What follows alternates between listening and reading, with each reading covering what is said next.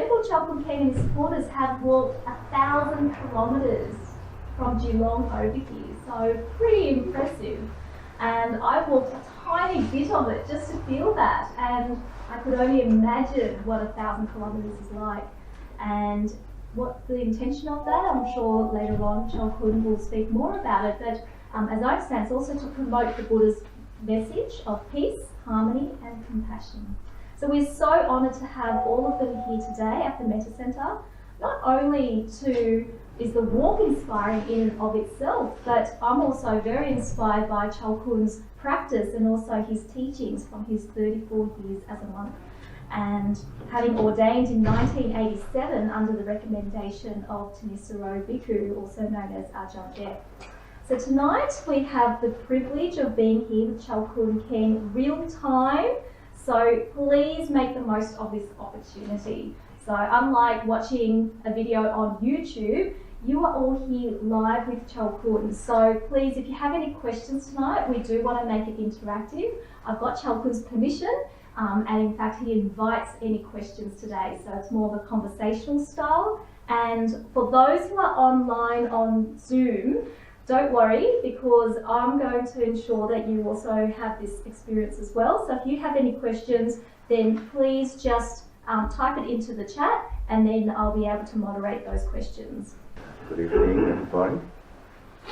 Hey, how organize it? Turn and then on. Those who have a knee problem, you may sit on the chair. Yeah. Do you know? Once again, good evening, and tonight, I'm very honored to be invited by Tina to this Metta Centre, and it's very inspiring with this kind of center to be set up, because everyone in their life, we only long for what? Happiness, in search of happiness, right? And many of us, in fact, can't find the real happiness. We have all these, like I always say, requisites, all this comfort in our life, but yet, deep inside our heart, we are very empty.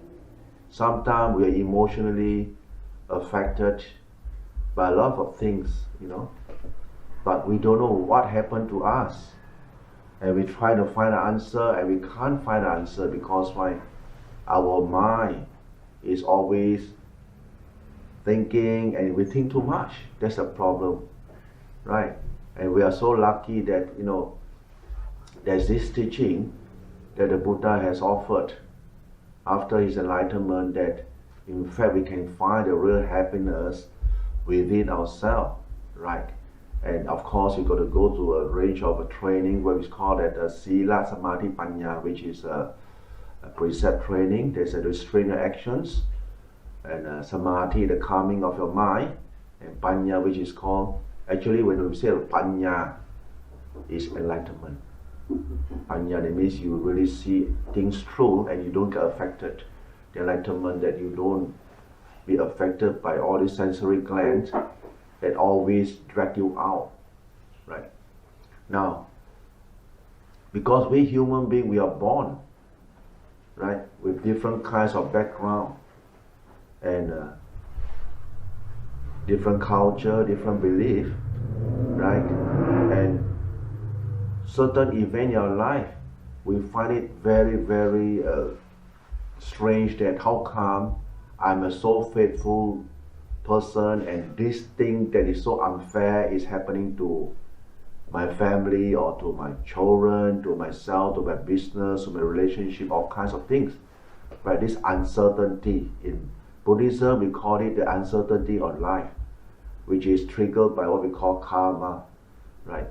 And because of our unknowing mind, right, we never hear say, and we got caught in between, and we feel so depressed, we can't get an answer. But if we were to calm our mind down, then we say that, when a person will calm his mind, then you can see the differences between a calm mind and a troubled mind.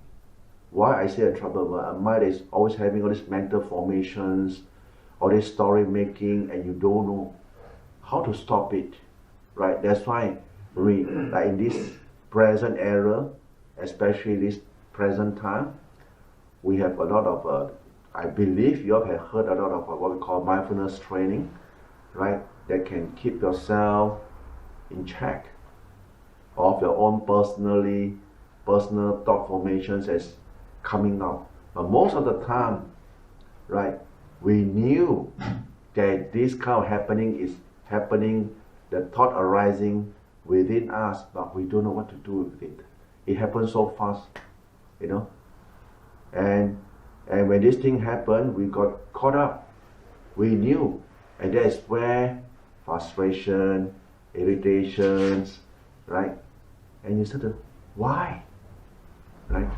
Now, maybe I'm trying to pacify that it's okay.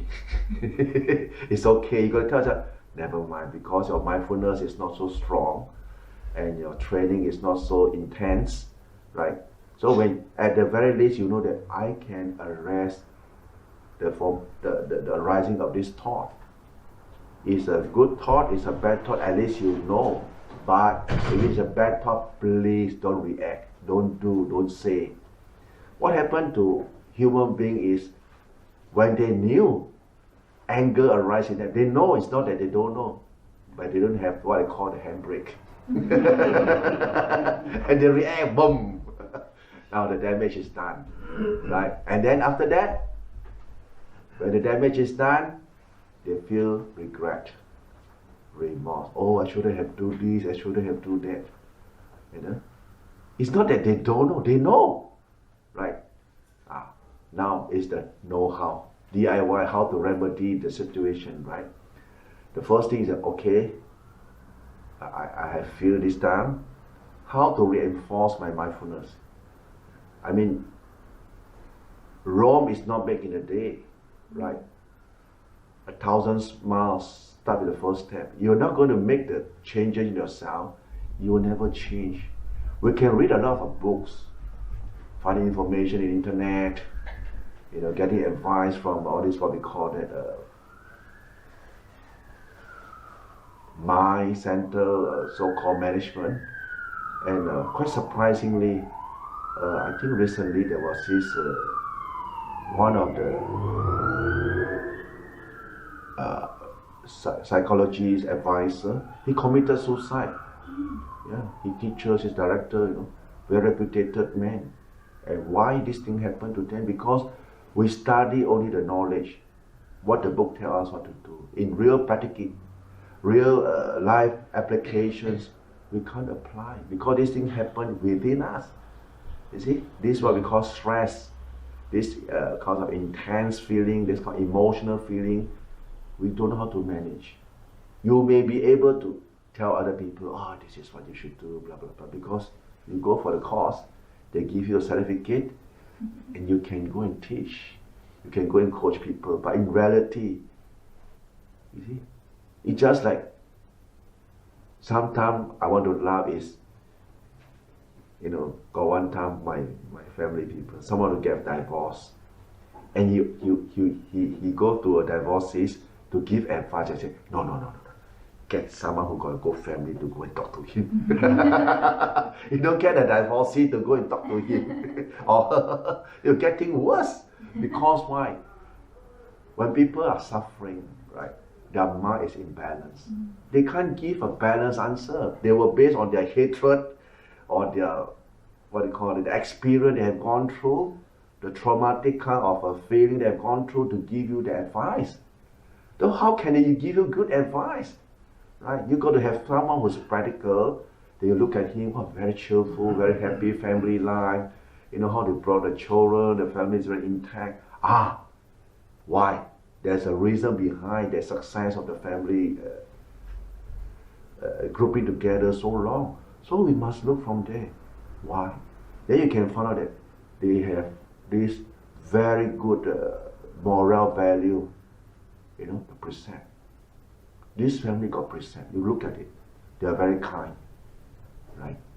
They observe all the moral precepts. They don't kill, they don't steal, they don't practice sexual misconduct, they don't tell lies. They're very honest people, down to earth. They don't drink all kinds of detrimental action, they don't have. And you see, very good family. But, again, the kids come out sick, blood come out from the body, no rhyme or reason. Then the family, why? That's what we call karma.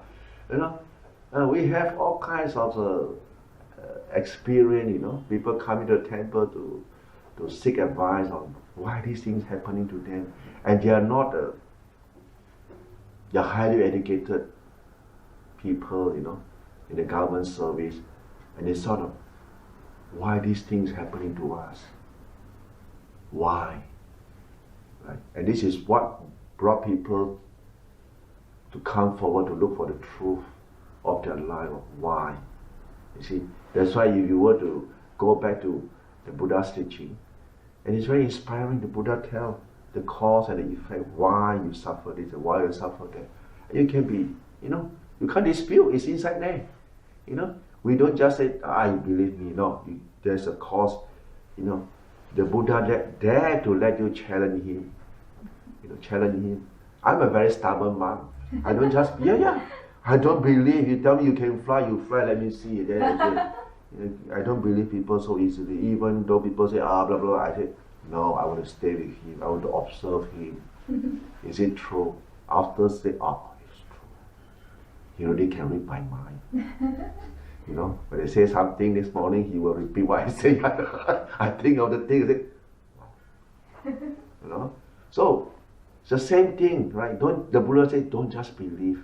You may come to the center like that, but it's a modern center. It's a very good center because why? Like I say, there's no Buddha image. I know, no. Because in Thailand, sometimes before our food, we pay respect at our seat. So initially I was quite taken back. Why don't we pray to the Buddha image here, paying respect to the seat? And then my friend, one of the monks, he said, the Buddha is in your heart. No,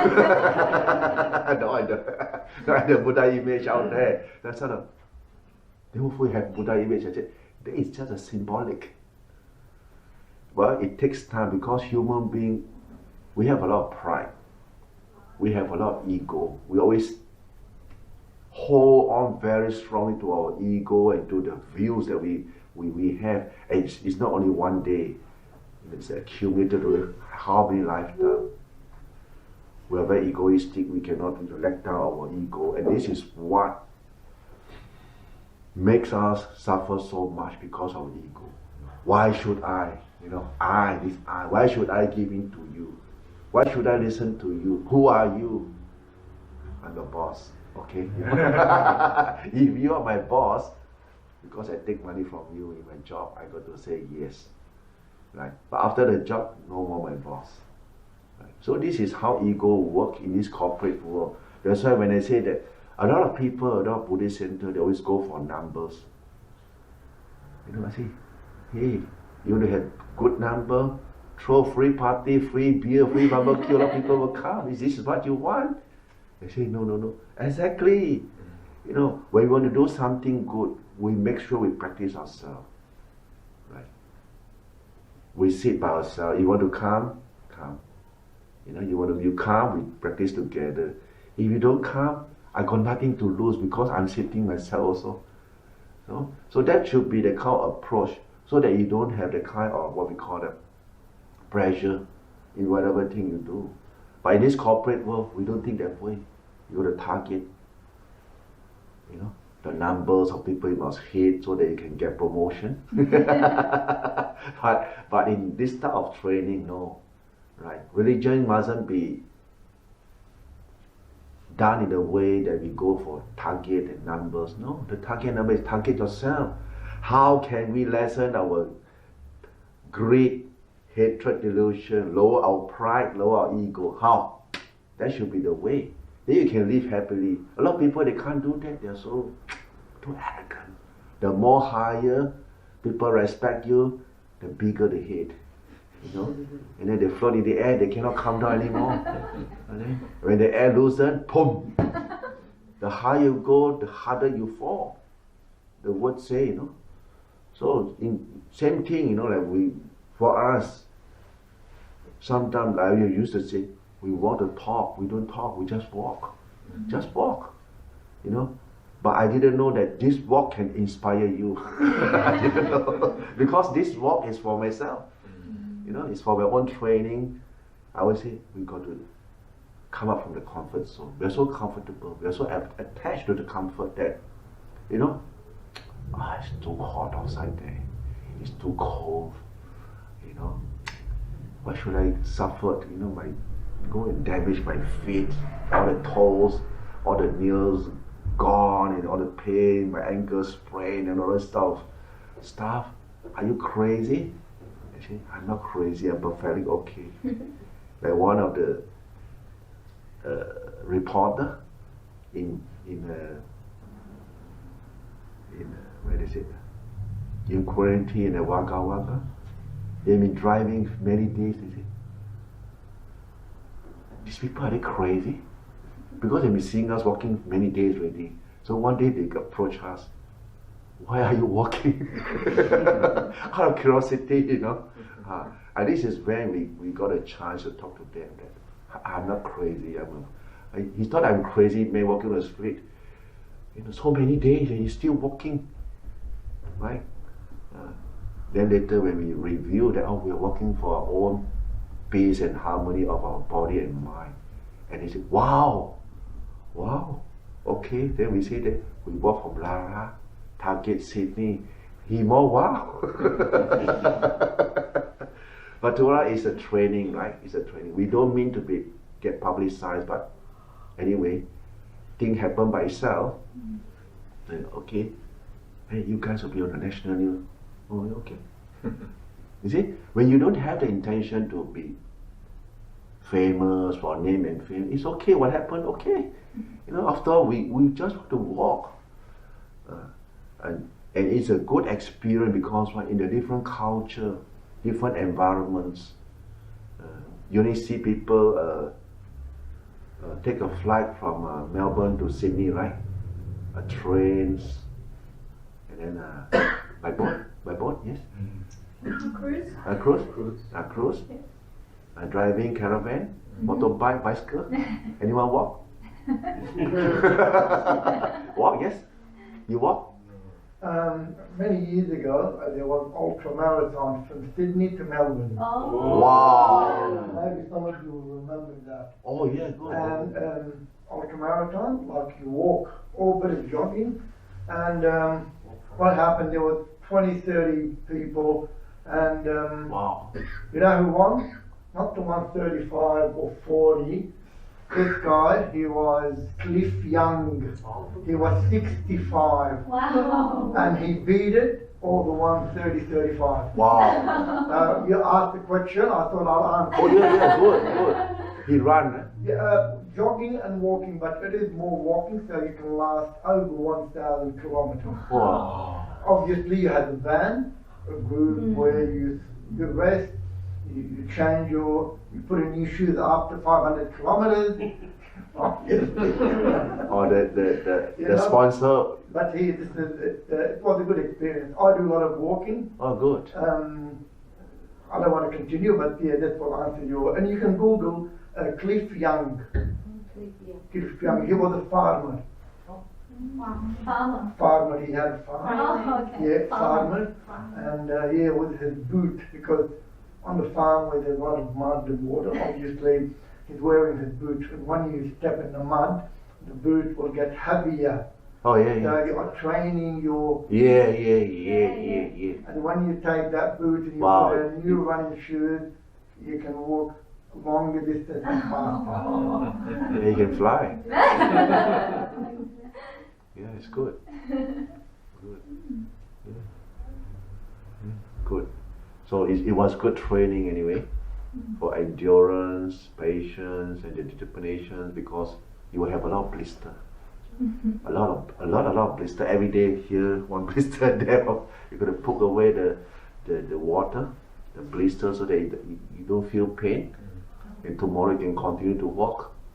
Because if you don't poke the fluid inside there, you will get bigger and bigger, and it's very painful. Yeah. So anyway, back to what we are discussing just now, right? That when we walk, right? At first, it's sort of you got to tune the body first. The first 1-2 weeks is sort of we call it shock and adaptations. Because of the heat, very strong UV pump. Basically, certain stretch, no tree. In the bare road, and you got to go very hot, right?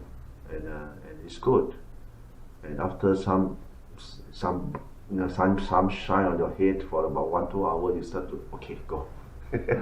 You wake up, after the 3rd week, the body starts to get acclimatized, and you can feel it that if your body is ready, the mind is ready, right? And you can go no problem.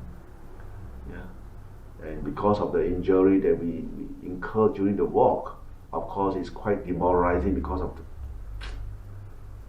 the bone abrasions. It's quite painful. This is where you got to work out. This is where the real mindfulness training comes in. You got to focus on that, and look here, the leg pain, not the mind pain. Just watch it. Most of the time you see your mind grumble, I have very painful enough already. You shut up. The leg never say anything, you shut up. You keep reverting back to your mind, shut up, don't complain, just keep walking. Your mind, the leg never complain, don't complain. And after a while, with the mind quiet, you see very peaceful and you can go. That's why we call mind over matter. You need to train it. You need to train it. And you need to have the condition to train it. It's easy to say, It's just a sitting meditation. It's just a pain. Sit longer. You can add more cushion. Sometimes they add one cushion. You say, add as many cushion as you want. But you just sit and don't move. And when the pain arises, you just sit and don't move. 1 hour, 2 hours, they start, don't move. Don't move. And you see how this intense arising and how your mind will yell inside you and get down. You see? You can't take it, but you just say, never mind. I go for an extra 1 minute. And you start to count.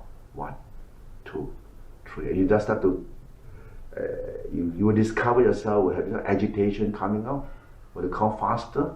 So as to quickly finish that 1 minute, then you can see that the kind of agitation that's arising that you can see. We are doing this kind of training to test. Because awareness, you're aware, this emotion coming up in you, agitations, discomfort from the body.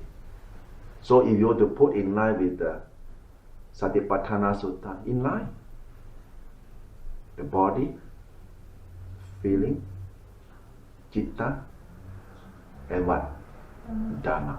Kaya Vedana Chittam. It happens just like that. Very sharp. But normally we lose. Most of the time we lose to the pain. We can't endure it. We can't go through it. And most of the time we say, it's okay. It's anicca. Right? We like to use the word anicca. We want to give up, we say, this is impermanent. So as to offset, so that you don't feel so guilty within us, right? We say that, never mind some other days. You got to really do it every day. Every day. But if you can go through it, good for you. So a lot of people when they meditate, they cannot calm the mind down because even though they are meditating, they only enjoy very shallow kind of concentration, joy, not so much. The mind doesn't go to deep concentration. So when you don't have this meditative joy, it's very hard for you to live happily externally because there's no joy in your heart. There's no joy. You can have a lot of things outside there, but there's no joy. People just agitate you with one word, you got and you get so angry, and the anger stays with you for days, sometimes for months, for years. I see people, wow, you just press one the button and there you go. It can trigger. Oh. So if you don't have mindfulness, then you cannot arrest this kind of unwholesome thought. So when people trigger certain things, palm contact, you know, hey, you must be alert. Okay, don't be triggered. Okay, you have hurt yourself emotionally by your own thoughts, and because of the wordings from other people. Why don't you just leave the word at your ears? Don't enter the heart. You see, normally it's contact. Sound contact, trigger, palm, liking, disliking arises, and your mind will take side. If your mind is calm, you can see the process of this mental thing happens, the succession happens so fast. First thing trigger, palm, enter, and liking, disliking come. Eye, same thing. Eye, nose, taste, bud, bodily feeling. For example, you see the mosquito, haven't even landed on you. You start to, you see, what happened? Hey, stop it, don't do that. But why people do that? You see the memory they have. If they hear the sound, it means mosquito. And they start to pack here, even in the dark. Why? Because they don't like the mosquito sound. They say the mosquito will bite them. How you know? Maybe the mosquito just fly through you, fly past you, and then it pass you. So you see how human mind can go to a kind of supposition and react, mostly in a very unwise way, I should say. And after you do that, I shouldn't have do that. They regret. Most of the time we regret after what we have done, and we feel so bad, and the feeling of feeling so bad will stay with us for so long. It's not one day you can erase. Every time this thought arises, that's why the Buddha said, you must be mindful. Don't do all this kind of thing that hurt yourself. And we have been doing the wrong thing all the while. We thought that it's correct. But if we don't have this kind of proper training to guide us, it's very hard to find the right training, to train the heart. Yeah, everybody talk about calmness, but have we really calm? How calm is the mind? Have we really find the real calmness in yourself? We can talk about calmness, but they don't know how to meditate. They don't know how to calm. We talk mindfulness. You're only mindful on a very, shallow level. Deep inside, when there's a lot of refined things happening in us, we are not mindful enough. We can only know when the thought is going to end. Right?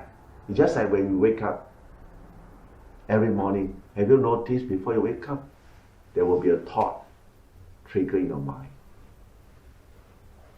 and then you perceive a thought arise in your mind before you wake up.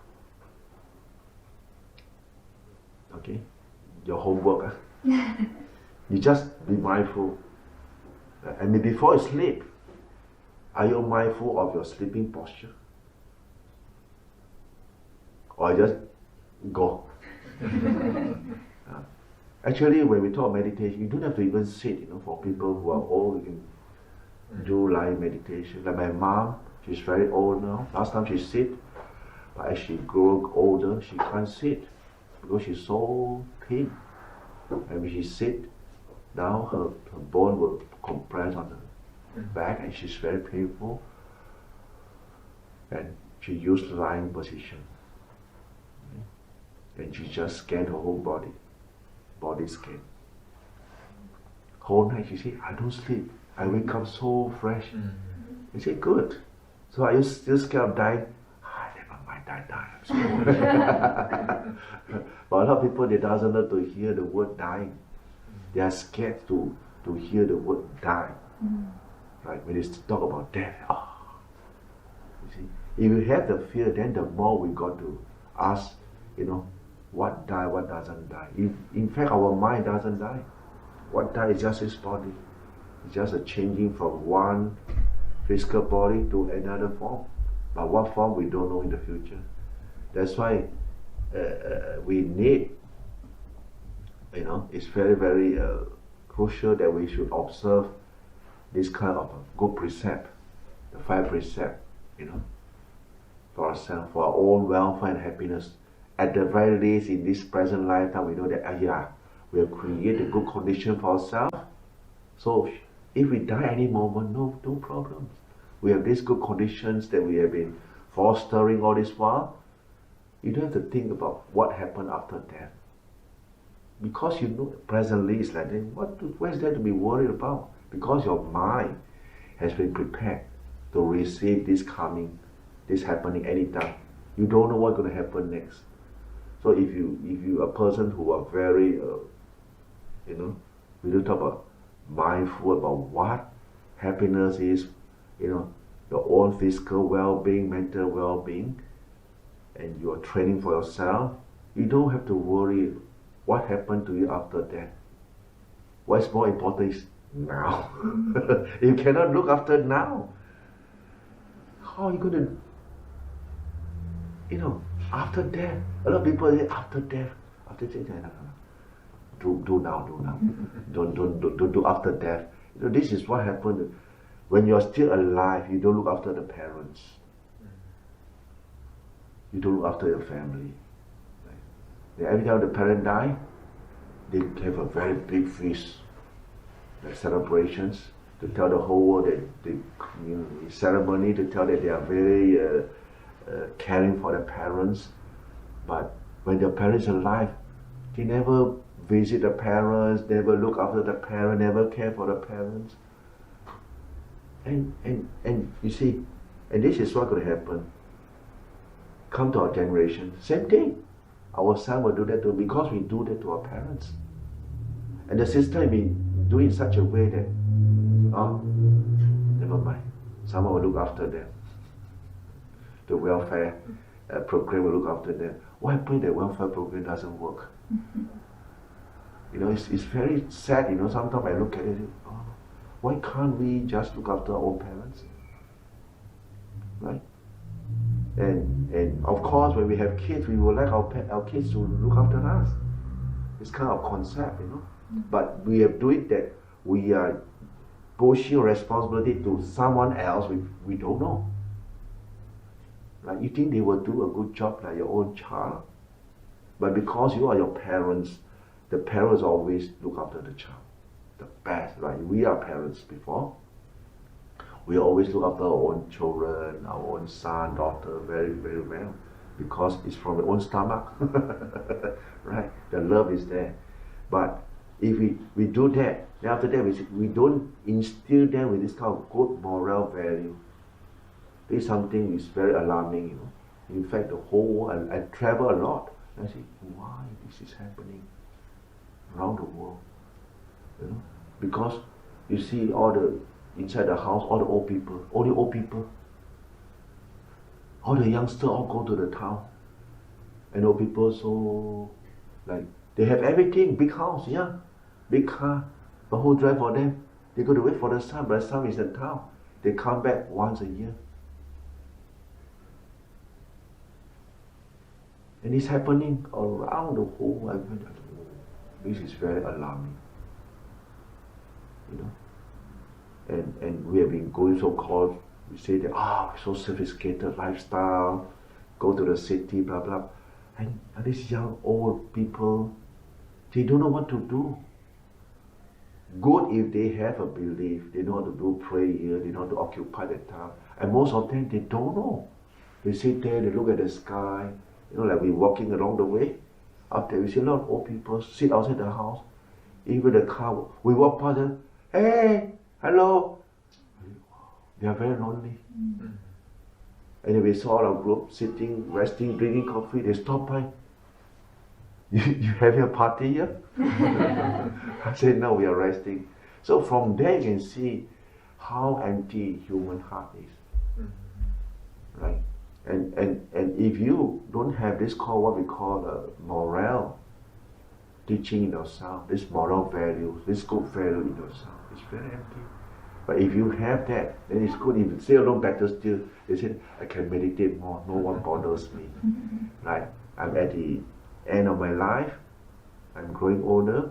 Yeah, I can do more meditation for myself, which is good. Right? The problem is they don't have this kind of training. A lot of places, in fact, 90% human beings on earth are like that.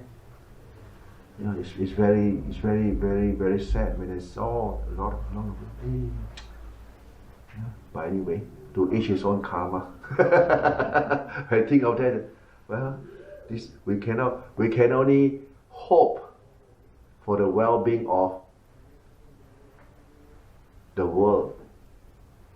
But each individual got to be responsible for their own well-being.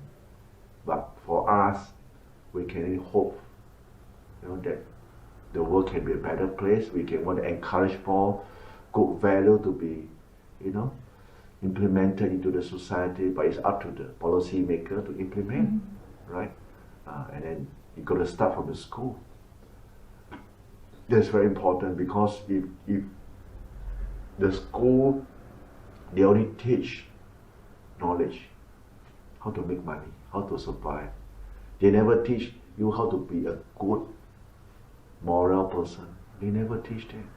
So the kid will be, quite undisciplined.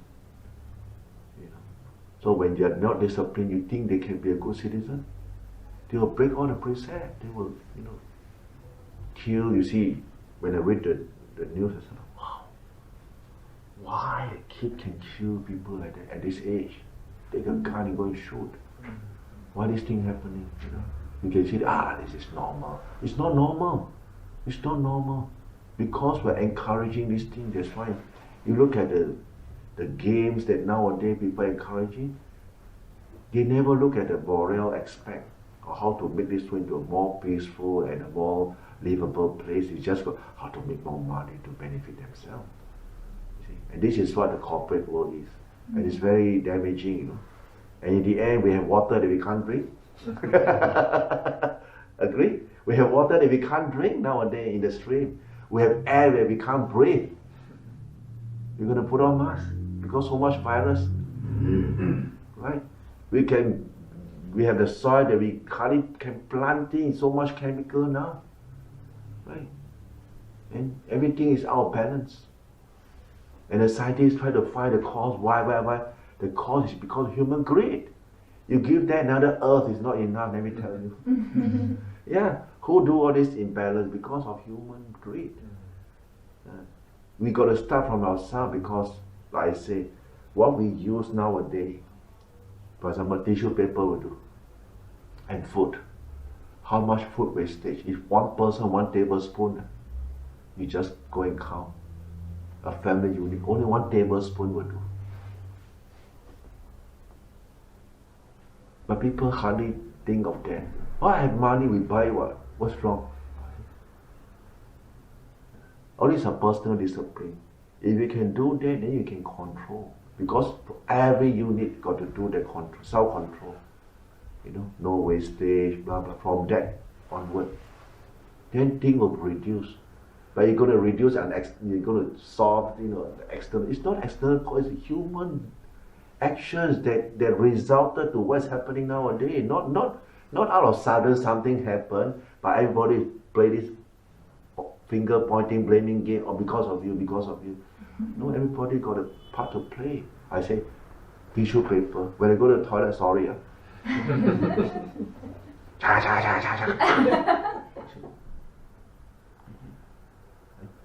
A piece enough, 2 pieces, okay. All this very refined, small little thing we overlook. All this little thing is what constitutes to what is happening to this whole world now. Food wastage. You look at the rubbish dump, I see. Every time they pour, a lot of people got no food, living in poverty, right? And these people just throwing away. Well, who cares? So these are the things we got to do. Okay, how to educate from small. It's going to take a very long time, 100-200 years, but it's worth the struggle for the world, because we are not doing something damaging. It's only good for human mankind to be thrifty, safe, peaceful, non-violence, this kind of thing we should encourage. But you look at the whole world, it's all based on what? Human greed, human hatred, human delusion. This is what's happening now. You see, and this kind of training, you want well-being, everybody well-being. Their well-being is based on what? Material thing. Not the well-being on personal aspect. And it's very detrimental. You see, that's why I said you give the human mankind another one more earth. You have to use. They will destroy, then they are going out to wear masks, right? The time they go to Mars, they can stay there. When they destroy Mars, then they will go another place. See? But if they want to come to this kind of inwards training, they can stop the problem. You see? You can really stop the problem, because there's a lot of institution, so-called good institution. They have been encouraging all this kind of green stuff, very good stuff, but it's not been encouraged. I don't know why. Right? And again, human greed. If I do that, then no income, and everything will be slowed down. Like someone ever said, "Hey, Mom, if we do like you, the economy going to crash, I say, not true. You'll be more peaceful. You don't have to work like I say, thanks COVID. So they got more time with your family. A lot of people just say, grumble, I don't have time for my family. I say, don't grumble, okay? You must thank you, COVID, you stay at home. Now they get the quarrel because husband and wife stay too long together. They quarrel. Every time the husband will be away, so the wife will be free at home. Now the husband is at home looking after her. And when two persons is together, they always speak fault. When two persons is together all the time, they always speak fault. Worse still, if you're lazy, they'll speak fault. And that's why they say, why? Last time people used to grumble, they don't have time for the family, and now they have time for the family and more divorce.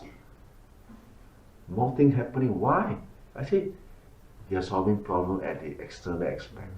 It's human greed, hatred, delusion, that's all. These three things. And who wants you to be born?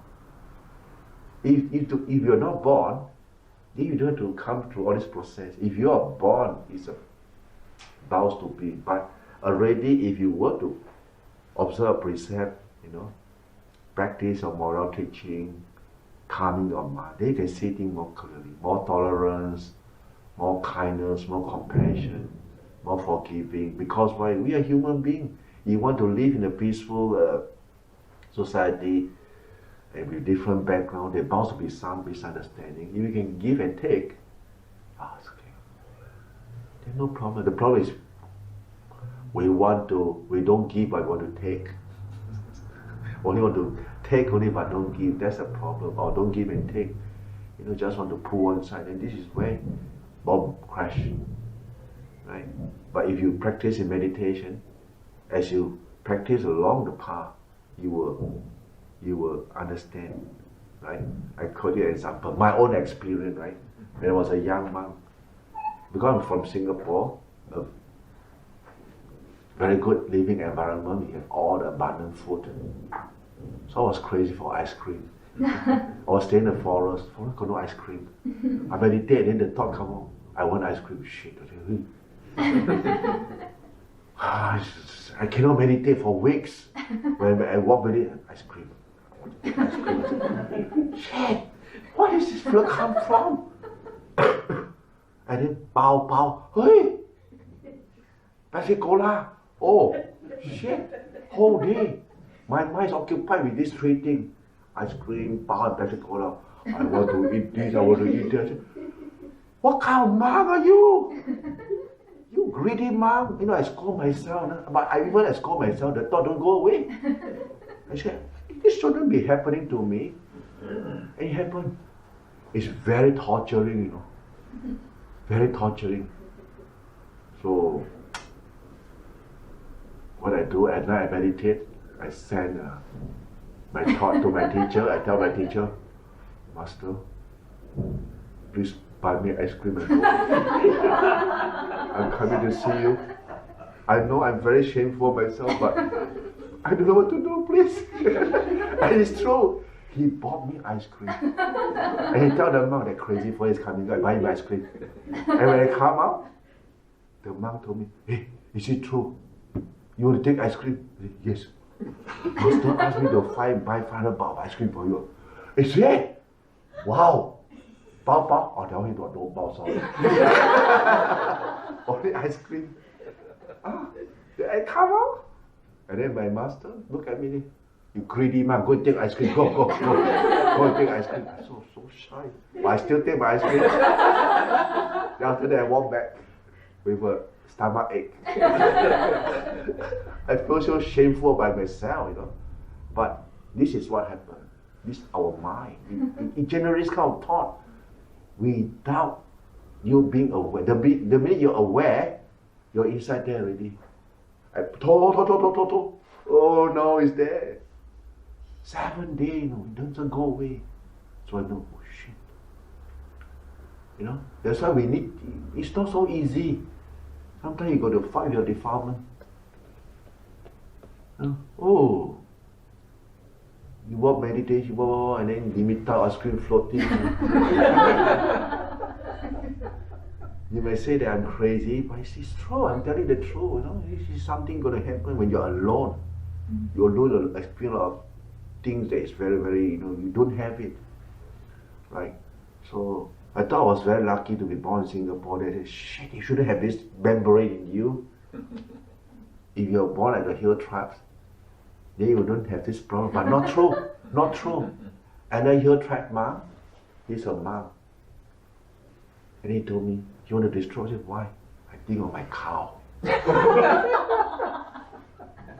said, how many cows you have? 1 cow. I said, how much is a cow? I said, maybe 4,000 baht. Why you so? And he destroyed because of his cow.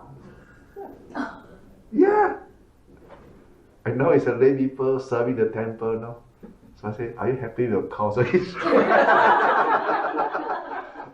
not 1,000 cows, 1 cow. Not girlfriend, you know, or the wife, cow. So you can see, sometimes it's quite, you can say it's silly, it's not silly, because different people got different kind of attachment. To him, it's his commitment to his cow. And Stephen, what a Singaporean man, cats. And he Vespa motorcycle. That's why the Buddha said before you ordain, give up everything. It's true, you know, before ordain as a monk, give up everything, then you come ordain. Then you don't have problem, lingering problem. You don't have this lingering problem, that thing is undone. You know. This guy, I said, you give away a Vespa motorbike. I don't know, he feeds so many cats. Yeah, he's a very kind man. And then when he ordained one day, he said, hey, one day I can't meditate. I said, why? I think of my cat now. Huh? And my Vespa motorbike. I said, yeah, that one is no feeling one, never mind. Not a girlfriend or a wife, it's okay. He said, cannot, no. I cannot meditate, no. Vespa, the image keep coming like that. I can't meow, meow, meow. I can't meditate. I said, so I didn't want to destroy him because I said, don't have to destroy. Stay put. In the end, he destroyed. Straight away, he went and feed his cat. Until today, when I went back to Singapore, I went, it's not easy to become a monk. It's not easy to become a monk. It's not easy to become a monk. And if you want to become a monk, you must relinquish everything before become a monk. That's why the Buddha got to relinquish everything, you know, to become a monk. It's not easy, you know. But for me, more easy, only Bankstown only. That's great. My one only food only. No other problem, only food. So easy to solve. But now it's not a problem. I go fasting, no food for you. Go the other way around, no food for you. You think some more, no food for you. So the mind very quiet. No let the think. You think some more, tomorrow no food. So you must know the side step. All these are techniques on how to deal with our own mind, mental mind state. Fasting is one of them. It's very good. Fasting. A lot of people say, this is a harsh treatment, not kind, not compassionate to your body. You say, no, we eat too much. So good food. Until we have cholesterol, high blood pressure, what do you call that? Diabetes. Every day coke, sure. So fasting is good. Walking is good. So these are training. All this mode of training is not rough. Actually, but not everybody suit this kind of training. You got to, monitor for yourself. For example, we go for 3 days. See how. The first 3 days, the first 2 days, the worst. You got to struggle a bit. When you hit the 3rd day, your stomach starts to get used to it. The 4th day, okay, very peaceful. 5, 6, 7. Then you say, I can go for more days. 2 weeks, no problem. 15 days, I go for more days. But make sure you drink what? Honey and salt. Very important. Because your blood sugar will drop and you will be dizzy. Yeah. And never drink coffee. When you fast, don't drink coffee. Because your heart will tremble. Yeah. When I fast, I was sitting, and even the leaf drop. I'm scared, The leaf hit the roof, boom! I got phobia. I feel scared. I think, why? Coffee. Then I stopped the coffee. No problem. I thought I need the coffee for my strength to walk. No, wrong. Honey and salt, the best. If you do fasting, honey with lemon and salt. You can go for weeks and weeks, no problem. You won't die. If you have those 2 things, you won't die. Yeah. My friend, he fasts for 100 days. And no problem. You look at him like only thin, but it's very radiant. Like a small day while like that. Very bright, very bright. And he doesn't sleep, walk the whole night. People thought that when you fast you will be very tired. Not true. It's not true. More vigor. You can walk whole night. From 6 to 6. And then morning he sleep. And then he walk because it's too hot in the afternoon. So he changed the time. 100 days. After 100 days he come out. And then slowly he take soft food. So I ask him, any pain in here? No? Okay. Because we were staying about 20 kilometers away. So every week I will visit him to see whether he died already. I bring him some more honey. He's still alive. I say, okay. And okay. So this is what we call good brotherhood. When we stay, because there's nobody, we got to look. But you must inform your friend, hey, I'm not eating. So can you come every week to see whether I'm still alive? Yeah. This is how they strive in the forest. And there are a lot of monks, they do that. Sometimes they just say, I'm going in for months, 1 month. And they just prepare honey, that's all. Salt, and then go in. And then come out like a stick like that. Very thick. Very radiant. Very radiant. You look very familiar, no? Me? Yeah. We never met before. Not in Singapore? I lived in Singapore for 2 years, almost 2 years, but I didn't have any contact with Buddhism back then. It was after I left Singapore that I found Buddhism here. Look at one of the devotees in Singapore. Well, There's a lot of people that I saw them. Yeah. And this lady, I met her, and she said, oh yeah. She was in Singapore for 7 years. I met her in Stanmore Temple.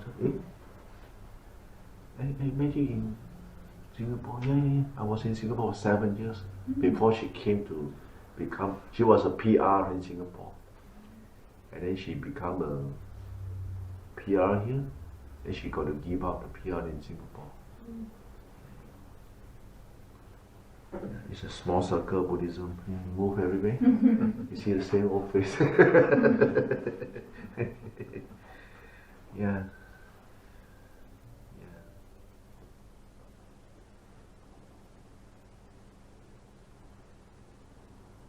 You got a question? Yeah, I got a question.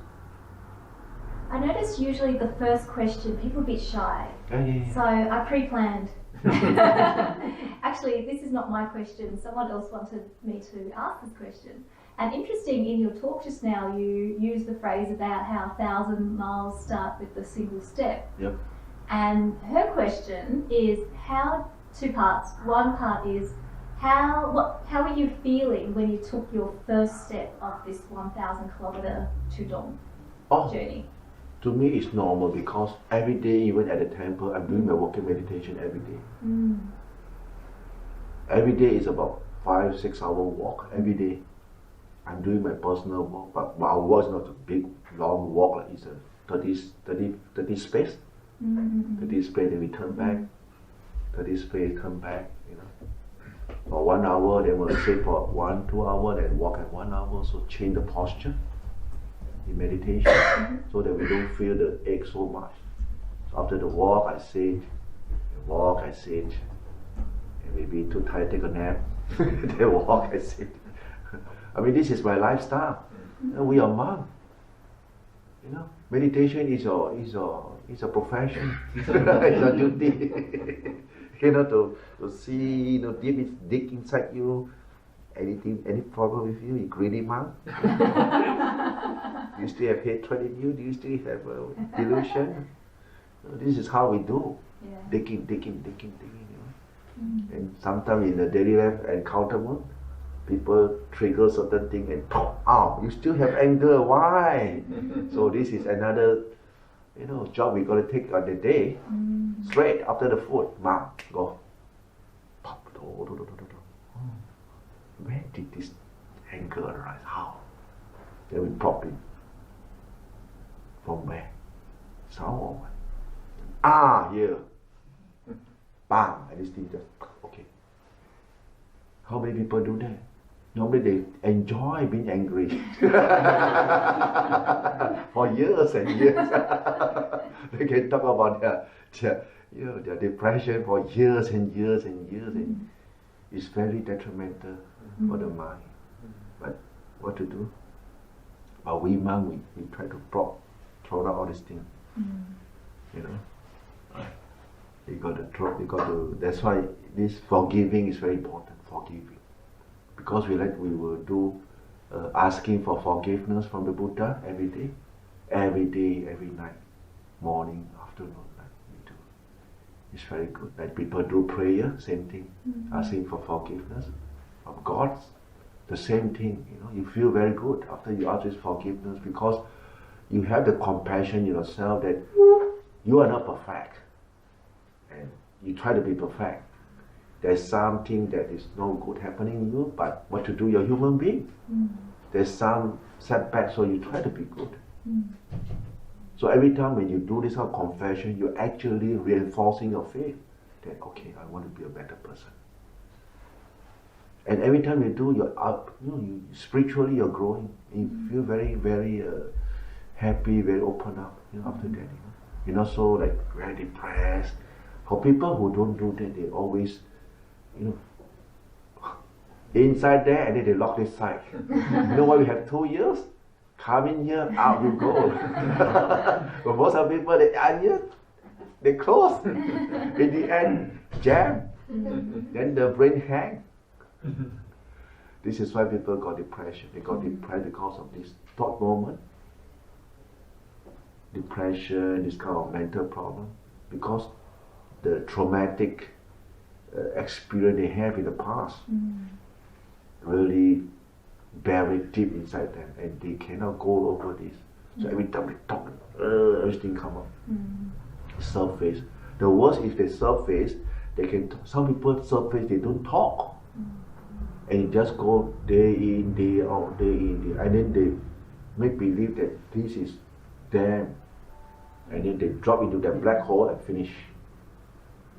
And you can see this person from very cheerful people, and suddenly sort of finish. And you go to a psychiatrist, pop, pills, sleep.